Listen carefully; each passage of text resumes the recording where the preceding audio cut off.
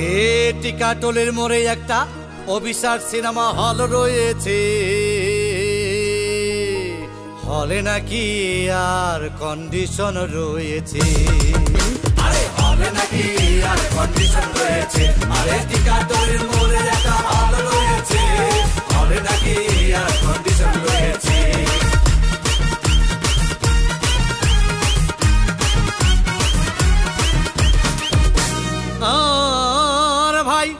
একদিন গেলাম সিনেমা দেখতে, আর রিক্সা থেকে নেমে দেখে হলে একটি সুন্দরী মেয়ে দাঁড়িয়ে আছে। ব্র্যাকেট 10 টাকার টিকিট 20 টাকা দিয়ে কিনে নিয়ে কোনো রকম ভিতরে বসলাম। হঠাৎ দেখি পাশে চেয়ারে সেই মেয়েটি আমার পাশেই বসেছে। আরে হলে নাকি আর কন্ডিশন রয়েছে, আরে টিকাটলের মোড়ে একটা হল রয়েছে, হলে নাকি আর কন্ডিশন রয়েছে।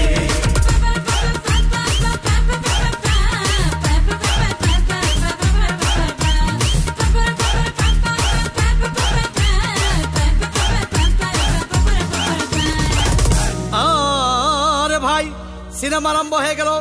রাজ্জাক সাবান যখন প্রেমে হাবুডুবু খাচ্ছিল, তখন আমার বুকের ভিতর ধূপধাপ শুরু হয়ে গেল।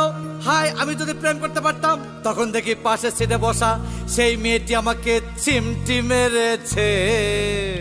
আরে হবে নাকি আর কন্ডিশন রয়েছে, আরে টিকাটলের মোড়ে একটা হল রয়েছে, হবে নাকি আর কন্ডিশন রয়েছে।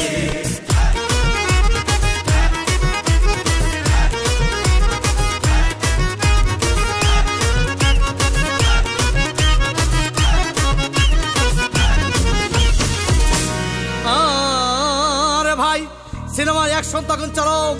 রাজ্জাক ভিলেন তখন ধূপধাম মারপিট। আবার সাবানা এসে রাজ্জাককে বলল, আমি তোমাকে ছাড়া বাঁচবো না, তুমি আমার জান। তখন পাশে সিটে বসা সেই মেয়েটি আমাকে ধাক্কা মেরেছে। আরে হবে নাকি আর কন্ডিশন রয়েছে, আরে টিকাটলের মোড়ে একটা হল রয়েছে, হবে নাকি আর কন্ডিশন রয়েছে।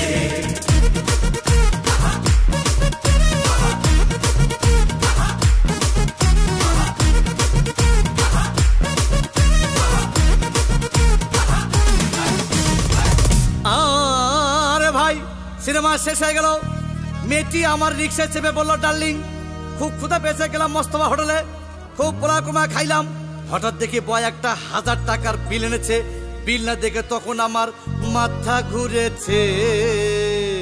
আরে হবে নাকি আর কন্ডিশন রয়েছে, আরে টিকাটলের মোড়ে একটা হল রয়েছে, হবে নাকি আর কন্ডিশন রয়েছে।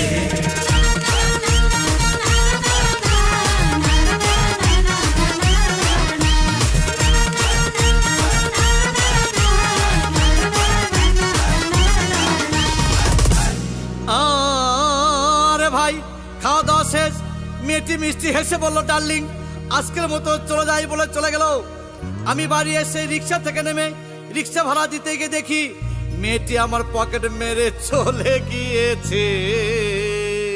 আরে হবে নাকি আর কন্ডিশন রয়েছে, আরে টিকাটলের মোড়ে একটা হল রয়েছে, হবে নাকি